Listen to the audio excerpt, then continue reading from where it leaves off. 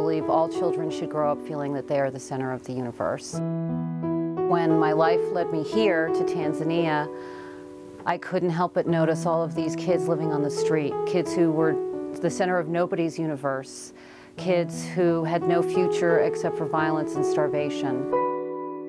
And so I thought long and hard about what to do. My name is India Howell, and I grew up on the East Coast of the United States, outside of New York City. It's been a real interesting ride, so come on in. Our children's village is home to 69 kids that were living at risk, kids who had been orphaned, kids who very likely would have either died or gone to a life on the streets. They get 3 meals a day, a bed, a blanket, and a pillow. Musa, where do you sleep? Do you want to show them your bed? Up. Up? They are living so far and away better than they ever did or ever could have dreamed of living. This is my first. Somebody asked me early on if we would be allowing adoption, and my immediate response was no. I tell these kids the minute they arrive, you are safe, you're part of a family now. You're never going to have to feel unwanted again. You're home. I can't say that to a kid if there's a chance that they might be adopted. And so we knew from the first that this is forever. Family is forever. Who's the boss now? Yep. All of the house mothers that are permanently there are Tanzanian. The volunteers from the West, they come and go. The mamas are the driving force in those households. They're really getting this fabulous mix of influence and mentoring that I actually think all children would benefit from. Our social workers are Tanzanian, and then the next driving force, they're teachers at school that are Tanzanian.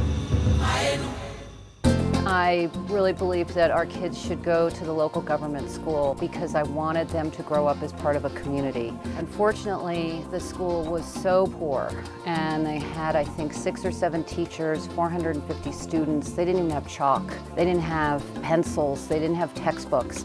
What I saw was my kids marching off to school every day, all bright and fresh and ready to learn, and it was an impossible situation. And so 3 years ago, we undertook a contract with the District Education Office of Karatu to manage the school, and we both have the same agenda. We want all of the kids from this area to get the best primary education they can. This is the new classrooms that have been renovated. We've more than doubled the number of teachers at the school. We've got 40 kids max in the classroom instead of 80. Our kids in the community are getting better educated and therefore having a better chance to break out of this poverty.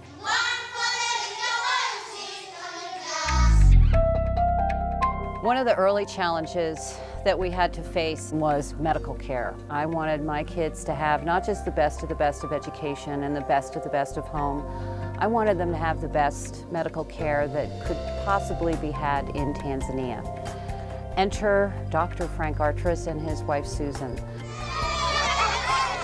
We come up here to the RiftValley Children's Village 2 days every 2 weeks. Frank and his team come up with a lab tech, a doctor, a nurse, and we offer free medical care to the women and children and elderly of this area. When he first came to see us, he was suffering from serious malnutrition. We've had some pretty scary experiences that came out with a very happy ending that would not have had a happy ending without these two.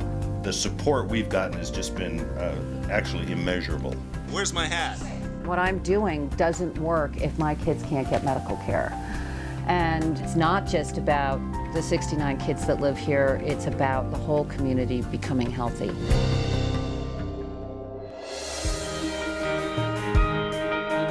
Change can come, change that lasts.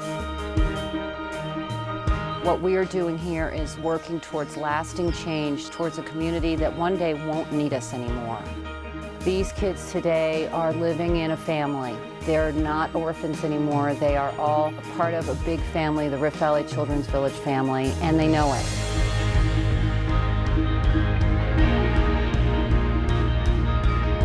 It's like hope happening. That should be the motto. It's happening here.